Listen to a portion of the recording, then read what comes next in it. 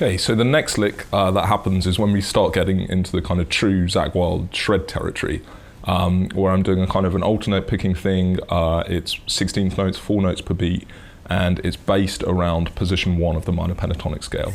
So this is probably the notable thing about Zakk's kind of shredding. Obviously picking every note is a big part of his style for the aggression of it. But the thing that most people think of when they think about his kind of speed playing that sets him apart a bit is that a lot of his signature patterns and licks are based around the cage system, the 2 note per string minor pentatonic shapes, rather than the kind of maybe more typical in shred music 3 note per string system. So that kind of gives him his own vibe. So throughout this lesson, you're going to get a few different patterns that you can try out and apply and move around those shapes. This is the first one, and actually the very first half of it, I do use 3 notes per string because I'm going to add in the flat 5 or the blues note. So it's like a blues scale, a blues minor pentatonic thing.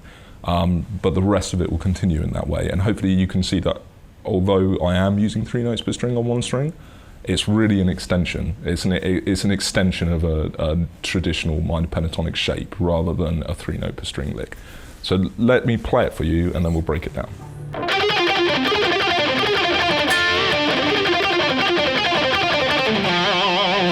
One more time.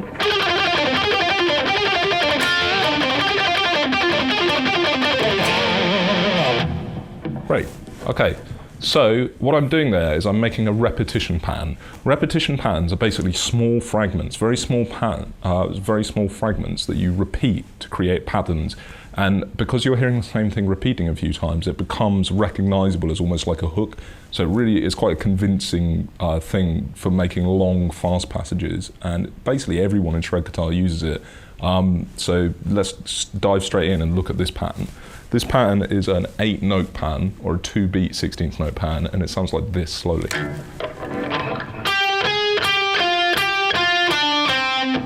One more time. There you go. So I'm playing the 12th fret, the G, on the G string. Then I'm moving up to the flat 5 in the key of D minor. There, which is going to be an A flat, which is the 13th fret of the G string. Then I come back to the 12th fret. Then I play the 10th fret, the F on the G string. Like that, so we've got... Then I repeat 12, 10, then I go to the D, the 12th fret on the D string. And then I play C, which is the 10th fret on the D string. So the whole shape is... That's our pattern. Now I'm playing this with strict alternate picking, so down, up, never breaking that, and I start on a downstroke. So I play down, up, down, up, down, up, down, up. That's kind of an interesting thing in itself, because to do that fast, it's quite difficult if you don't feel the rhythm of it. So this is the big tip that I'm going to give you for playing all of the fast picking licks that happen throughout this solo actually, is that you want to try and feel the accents. You want to feel where the quarter note pulse is against this and really bring them out. So they'll always be on downstrokes. So although I'm playing 8 notes, what I'm really thinking is... 1,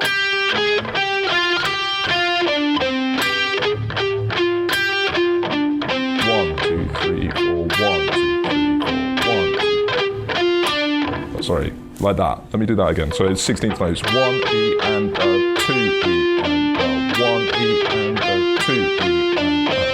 Like that, and I'm playing those notes harder and I'm trying to feel them, because once I pull it up to full speed,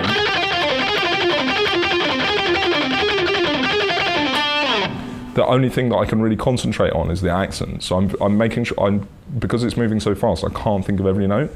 So I just think of that downstroke and that note and feel those, and if they're in sync together, then the rest of the pattern will be fine. So let me play that slowly and then fast one more time.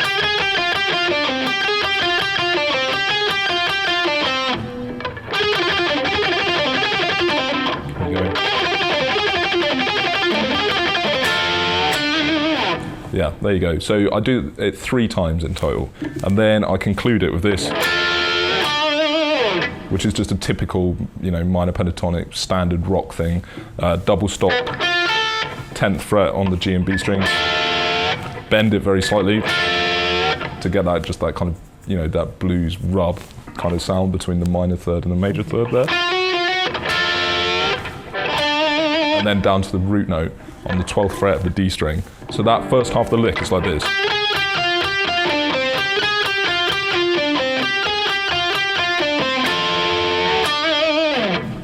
And at speed. Sorry, and at speed. Like that. Then, the second half of the lick, I kind of re-establish the original theme. And now there's no need to repeat it more because it's in people's ears, so you just put in a variation which goes like that. So that's still the same notes, but just a slightly different pattern.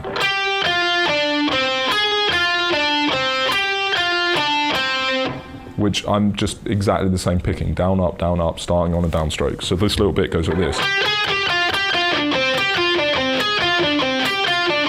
And then I just carry on down the scale. And then I slide to the minor third here, the F, in the key of D. So we've got, sorry.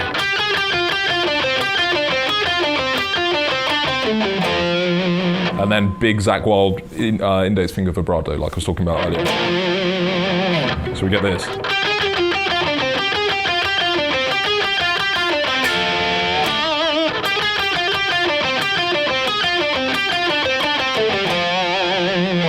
And at speed.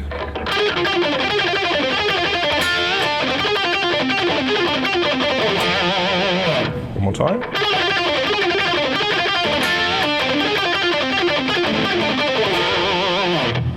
Okay, so at this point in the track, the backing changes key, so it moves up a tone to E minor.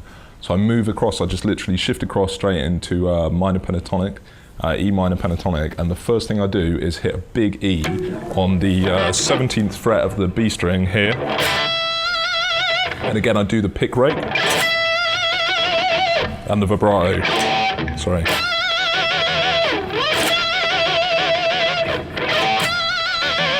Now for me to do that, it would actually be natural to position my fingers like this, all in a line, and go, as I think for most players it probably would. But if you watch Zakk, you'll see that normally in situations like that, where he's vibratoing a note that he hasn't bent and it's played with the ring finger, which is kind of the optimal finger to be doing it with if you can, he tends to rest his index finger across all the strings like that. So that's again facilitating the rake and also just kind of making sure that there's no sound.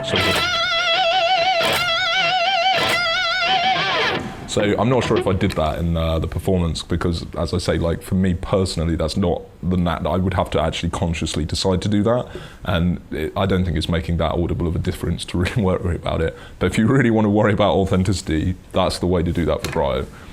Okay, once you've hit that big E, which establishes key change, and if you listen to it against the track, it's just a very obvious, we've hit the change, we know what we're doing. You can't really get any more obvious than hitting the root note.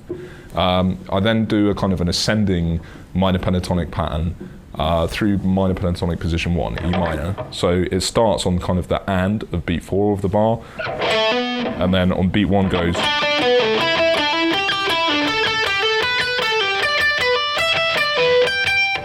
That kind of pattern. So that's quite a typical kind of rock lick, and Zakk plays it, you know, as do many other players. And the difference really with Zakk is once again he's picking every note and just hitting it really, really hard and just making it sound more in your face than any other player really out there. So I'll play that fast, so it's like this. There you go. So that's the kind of sound you're going for. Now we come to the next lick.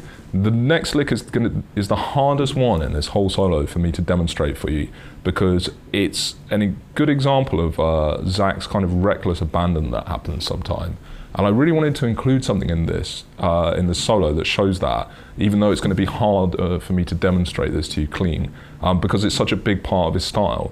So sometimes when Zakk's picking, like in the previous lick that I showed you, the previous picking lick, he's playing very specifically divided to the beat. So in that case, it was 4 notes per beat, and he's really like accurately hitting every note. But then there's other times when he basically tremolo picks, where he's just playing one note as fast as he can, and he's got a shape and he knows kind of what he's going for, but really he's just blazing it as hard as he can, and any kind of slight discrepancies in his picking or whatever like that just translate as just anger and, you know, just power and the kind of thing that you're really going for. And again, it just adds to that over-the-top rock sound, which is great. And I definitely had to include some of that. But at the same time, it's so difficult for me to show you that in this kind of clean environment, because a lot of it is kind of the wah pedal is helping it, and, you know, it's kind of the adrenaline and the track and playing it loud. And when I sit here and play it at half speed for you, it's not as convincing. But I'll show you what I'm doing, and hopefully with the concept, you will be able to apply it and get what the actual idea is. So it's this kind of thing. That's the first part.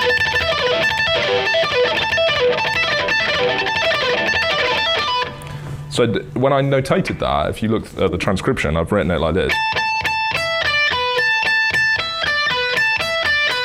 So it's like 2 groups of 6 and then a group of 4, which is quite a common rhythm for shredders. So I'm aiming to be playing consistent amount of notes per beat, but it's phrased as 2 phrases of 6 notes and then a phrase of 4. So you get this.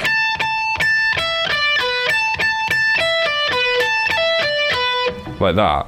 But when I play it fast, it's a different feel. It's the opposite really of what I said about the first lick, where you're really having to get the accuracy by finding the accent. With this, I'm just hammering it and going for it, and that's the kind of out of control sound. So I'll show you again. Okay, so I hope you can hear what I'm kind of going for there, and I'll quickly step on the wah so you can kind of hear it a little more in the real world. It would be like.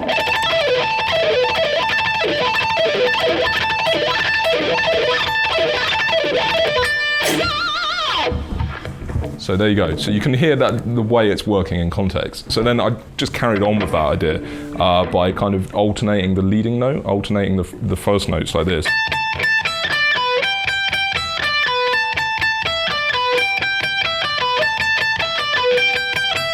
And in fact, actually, when I wrote it, when I changed, the first lick is going down like that. There, 15 and 12.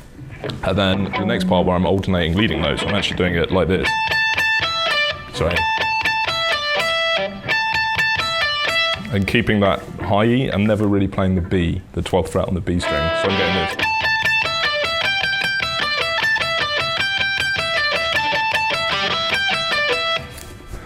You get the idea. Again, that's the phrasing of it, but when I'm blazing it, I'm more just tremolo picking it and getting this.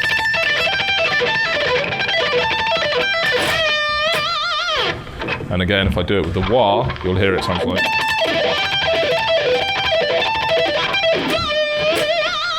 And it's completely, it's a crutch, it's masking it, but I guess that's just a debate to be had about, you know, does that matter? And to me, it really doesn't. It's part of the excitement of the piece. If all of your picking was like that, it would be a problem, because it's really like, you know, it's not an issue of cleanliness, because Zakk can pick, you know, spot on, and hopefully, like, you're not watching this thinking maybe like it's me, because I'm hopefully demonstrating that I can pick the licks clean as well.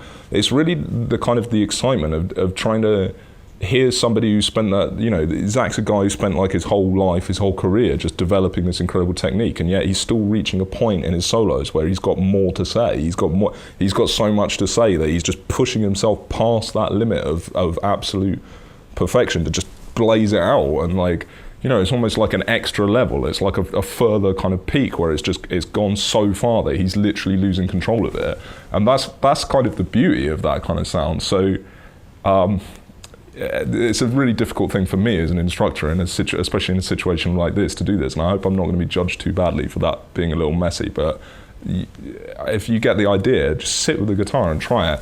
And it's not an excuse for poor picking or something like that, but it's just another effect that can happen within your solo. Okay, so that's kind of the awkward lick in it covered. Let's look at the next part. Is one of the coolest licks in it. So this is kind of a balance out, and this is a difficult picking lick. So this is, but it's accurate. So this is an ascending chromatic idea that I stole from Zakk absolutely years ago. Like when I first started playing, I just thought it was such a cool sound. I wanted to get it. He does it all over the place in Black Label stuff and some of the Aussie stuff, all over the place. It's this sound.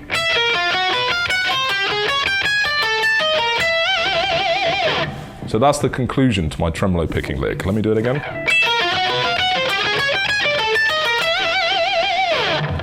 So this is one of the first licks I put in of several that we're about to go through now, which really show another side to Zakk's playing. So when you talk to people about Zakk and you read lessons about him or whatever like that, you find people always, Zakk Wylde, pentatonic shred. And yeah, it's a massive part of his thing. And it's, as I said before, it's very notable that he's only playing the 2-note per string thing, and he uses 3-note per string systems relatively little in comparison to other shredders.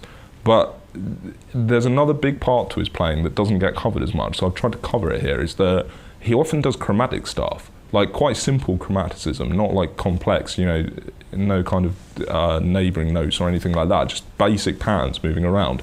But it's a big thing that he does to kind of just move away from that pentatonic framework and again grab the listener's ear and go outside. This shape's a great example because it doesn't really have any kind of logical idea. Like, it doesn't. Analysing what the pitches are and why they're working completely and utterly misses the point of it. What it is it's a convenient fretboard shape. Just going diagonally down, 12, 11, 10, but being moved around. So he's just gone, well, that was kind of a success. Oh, that's interesting. I'll just move up again. And you can keep doing it.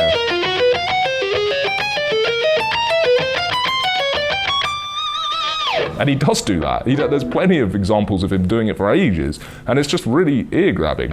I put it in here, it had to be in there. Basically, I've stolen that and used that all the time, so it had to go in there. The thing that actually makes it misleadingly difficult is that I'm alternate picking the whole thing, starting on a downstroke, as I always do. Down, up, down, up, down, up, down, up, down, up, down, up, down, up, down, up, down, up, down. Like that. So when you get that up to speed, that's actually that's pretty tough. But again, you want to try and pick this rather than maybe sweep it, which I guess a lot of players might go for, or hybrid pick. Because if you can pick it, you get that really aggressive pick attack, and it's still kind of in keeping with the style of the rest of the piece. Let me do it for you up to speed so you can check it out. There you go, and I'm just ending on the E and giving it the vibrato again.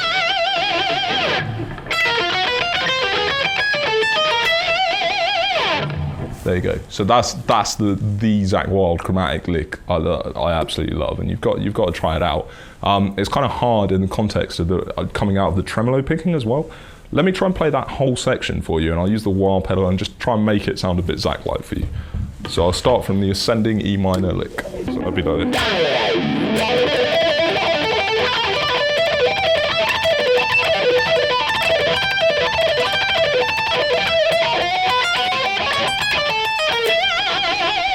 Yeah, that's kind of that section, and again, it's kind of a weird way to explain it, but hopefully you can understand it and hear that when I'm just blazing it with a wah pedal, it does definitely have that kind of authentic, wild vibe to it.